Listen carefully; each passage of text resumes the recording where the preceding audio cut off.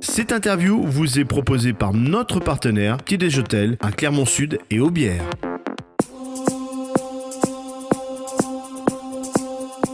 Le débrief Rock Radio, c'est parti. Martial, Christophe, bonsoir. Bonsoir Jérôme, bonsoir Christophe. Ouais, salut Martial, salut Jérôme. Messieurs, j'ai eu une hésitation. Je me suis dit, est-ce qu'on va débriefer cette rencontre puis nous sommes des professionnels. On va quand même dire un petit mot sur cette, on va pas dire déroute, cette désillusion. ASM Clermont-Auvergne-Oyonnax. Oui, je pense déjà que c'était une erreur de ne pas le faire, tellement on a de choses à dire sur ce match. Désillusion, oui, bien sûr, avec une défaite, c'est toujours une désillusion quand on perd à domicile.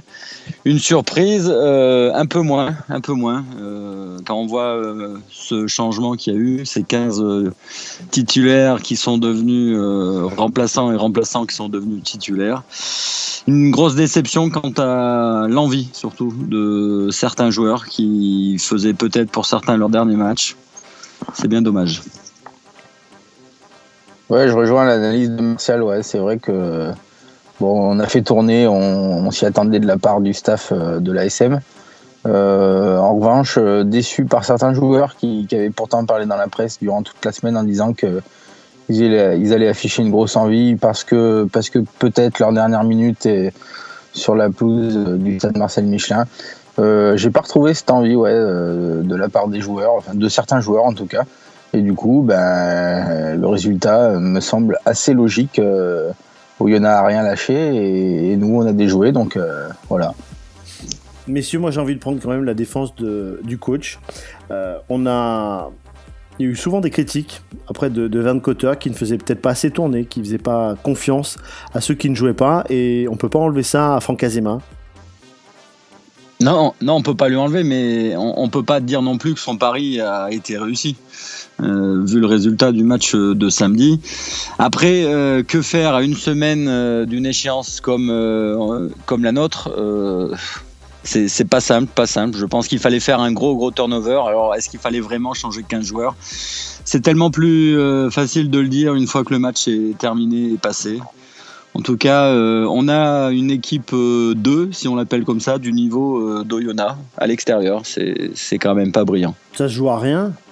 Le match il peut tourner en la faveur de l'ASM assez facilement. Si des points sont pris en début de match, on peut attaquer cette seconde période avec un petit matelas assez sympa. Ouais, c'est vrai, ouais.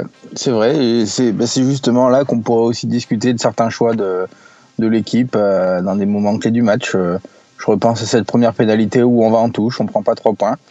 Est-ce qu'on s'est vu un petit peu supérieur à Oyonnax ? Est-ce qu'on leur a manqué un petit peu de respect ?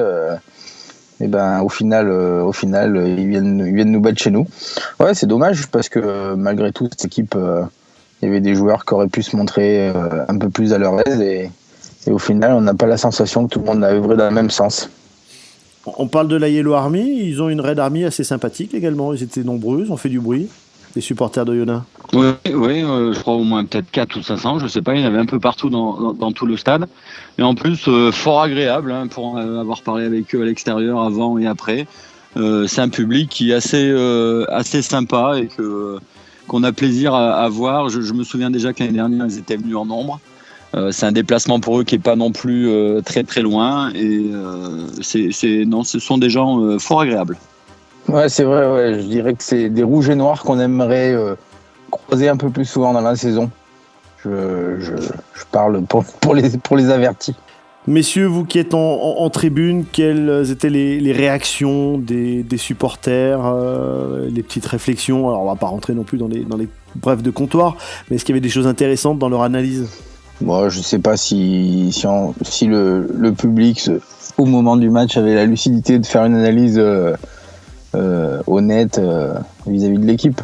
Non, je pense que je crois que ce match il faisait un petit peu peur à tout le monde du fait de son positionnement entre ce quart de finale remporté chez nous et cette demi qui se profile la semaine prochaine. Voilà. Alors oui, on peut trouver le public un peu sévère.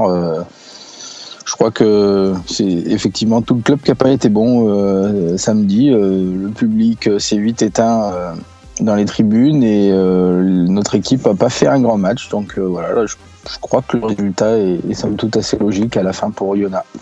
Pour revenir sur le public, autant on a été déçus en début de saison quand on a perdu contre Montpellier parce qu'on perd sur un fait de jeu. Brock James ne trouve pas la touche, ça s'enchaîne mal. On prend une pénalité sur le gong.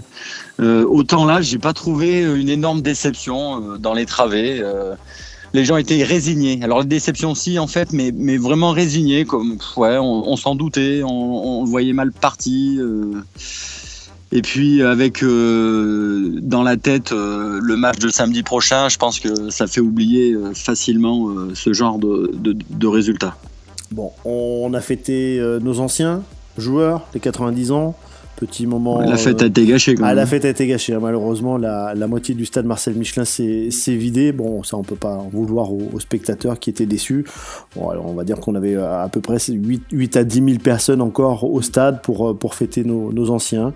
Voilà, c'est une belle initiative, je pense, du club d'avoir fait en sorte que les joueurs qui ont 10 saisons et plus ont été récompensés avec une très belle ovation pour Bernard Chevalier, qui fête ses 90 ans cette année et qui a été accompagné par un enfant qui est né en 2010, le plus jeune licencié de l'ASM. Il y avait plein de symboles dans cette cérémonie. Ouais, c'est toujours bien qu'on se rappelle des anciens. Et je me souviens, il y a quelques années, on disait que l'ASM, c'était pas le club phare dans l'élite du rugby pour se souvenir de qui l'avait construit. Et moi, je suis pour des petites cérémonies. Puis ça permet aussi aux jeunes abonnés de mettre souvent des visages et puis l'historique de certains joueurs qui ont marqué le club de l'ASM. Messieurs, on va se projeter à samedi. Samedi, il y a quand même un gros match à suivre. Vous allez à Saint-Étienne, messieurs ? Ouais, je crois qu'on est obligé d'aller à Saint-Étienne samedi prochain. Ouais. Alors, Martial, pareil. Pour nous, ça s'annonce d'ores et déjà une grande et belle journée. Je pense qu'on sera pas tout seul. Et c'est ce qui va faire que cette journée risque d'être, si le résultat nous est favorable à la fin, une très très belle journée. Parce qu'on a pu voir l'engouement du public encore une fois pour ce match. J'ai cru pouvoir lire que le record du stade Geoffroy Guichard devrait être battu dans sa nouvelle configuration. Bah oui, puisqu'en foot, le virage qui est dédié aux supporters adverses est rarement complet, à part pour le derby ou pour les matchs contre l'OM ou le PSG, mais il n'affiche jamais complet. Là, par contre, il va être complet. Les virages vont être complets. Si on bat le record, c'est 42 000. Ouais, c'est quand même énorme, hein. Puis ça fait voir l'amour qu'a cette équipe de l'ASM, même au-delà de la région Auvergne, parce que je pense qu'il y a des personnes de la Loire, voire même encore plus bas ou du Rhône qui vont venir au stade. Une journée comme on les aime, hein, une journée qu'on attend avec impatience tout au long de l'année. Et puis une journée qui se passe à 1h15 de la maison, c'est quand même assez rare pour le souligner et une chance de pouvoir la vivre. Alors ça va commencer très tôt et j'espère qu'elle finira très tard samedi soir avec beaucoup de sourires. Ça va faire beaucoup de bruit. Beaucoup de bruit. Oui. Ça résonne énormément. On vous a un petit peu chauffé le stade cet après-midi, on a préparé configuration poteau lundi ou mardi, voire mercredi. Les poteaux de rugby arrivent au stade Geoffroy Guichard pour être installés. Voilà, le comité du Lyonnais, on va dire, prend leur fonction puisque c'est eux qui organisent avec le PCR cette rencontre. Ils prennent quartier à Geoffroy Guichard dès demain, lundi. Voilà, donc configuration rugby, ça va être grandiose. Pour revenir sur l'ambiance vite fait, on a pu lire et entendre l'entraîneur des Saracens dire à plusieurs reprises qu'il était content de ne pas jouer au stade Marcel Michelin dans cette ambiance, mais je pense qu'il ne se rend pas compte de ce qui va se passer à Saint-Étienne. Et la surprise va être énorme pour lui et pour son équipe. Il doit se douter que ça doit faire comme l'année dernière, quand eux sont allés à Twickenham, ils avaient rempli péniblement 25 000 sièges. Là, je pense qu'il aurait peut-être même été préférable de jouer au Michelin, parce que là, ça va vraiment, vraiment faire du bruit. Ouais, ça va être grandiose. Martial, tu es prêt, toi, tu as ta tenue La tenue, ça sera plus par rapport aux conditions climatiques qui, à J-6, n'ont pas l'air exceptionnelles, Ouais, assez doux, mais assez pluvieux. Il fait toujours beau à Saint-Etienne, ne vous inquiétez pas. Ouais. À part pour une demi-finale de top 14 ou en plein mois de mai, on pouvait afficher 4 degrés. Oui, mais c'est assez rare. 5 degrés. C'est assez rare. Après, voilà, s'il faut pas, la température sera bonne, c'est plus la pluie qui peut gêner, mais au-delà de ça, c'est une journée entre amis qui s'annonce formidable. Ouais, vous avez prévu, comme beaucoup de Clermontois, anticiper pour éviter les bouchons de 2010 ? Ouais, on va partir. On va pas donner nos tuyaux à tout le monde, hein, parce que je veux dire, il faut qu'on garde un minimum de secret dans notre déplacement, mais on va pas partir trop tard pour essayer effectivement d'éviter la grosse cohue sur le stade Geoffroy Guichard à l'arrivée. Et puis une fois qu'on sera arrivé à Saint-Etienne, la journée va pouvoir enfin commencer. J'ai quelques astuces, hein, des bons emplacements de parking, hein, pour ceux qui n'ont pas de place officielle. Ouais, mais on connaît. On pourra vous les donner. Oui, pour les fans de la SSE, ils connaissent. Effectivement, si vous avez des entrées pour mettre la voiture dans le stade, on est preneur. Ah non, ça n'existe pas, il n'y a pas de souci. Faudra, comme tout le monde, trouver le long de la grande rue ou quelque part. À côté du Zénith, c'est une bonne idée également. N'hésitez pas à côté du Zénith. Tout à fait. Ouais, grosse ambiance. Là aussi, je crois que les joueurs, hein, partent en stage. Ils vont se préparer loin de Clermont, enfin loin de Clermont. Pas dans leur camp habituel, pour préparer cette demi-finale qui est un petit peu pas l'apothéose de cette saison, mais ça va être encore un grand moment. Ouais. L'avant-dernière marche. Ouais, avant de toucher le Graal. Non, et puis une autre équipe. Hein. On jouera sous d'autres couleurs avec une autre équipe, d'autres envies. Je me fais aucune illusion sur la motivation de cette équipe. La défaite d'Oyonnax sera tellement loin que c'est une autre compétition. Il n'y a aucun souci là-dessus. Ce qui nous permettra de rebondir et de repartir du bon pied en top 14. Ouais, il va falloir parce que... Il va falloir aller gagner quelques points à l'extérieur maintenant, parce que on avait tendance à regarder, à lorgner un peu sur cette première place du top 14 et là il faut se mettre un peu à regarder dans le rétroviseur, parce que les équipes derrière, eux continuent leur petit bout de chemin. Il nous reste 4. Pense à Toulouse qui nous paraissait si loin il y a quelques semaines et qui sont à 5 points de nous. La journée prochaine, après cette demi-finale de Coupe d'Europe, va être extrêmement importante. Alors nous, elle sera encore mal placée si par chance on gagne, parce qu'elle sera elle sera placée une semaine avant la finale, mais on aura un Stade Français Toulouse de mémoire et un La Rochelle Toulon. Donc, alors nous on va à Castres, qui est pas notre bête noire, mais qui s'en approche.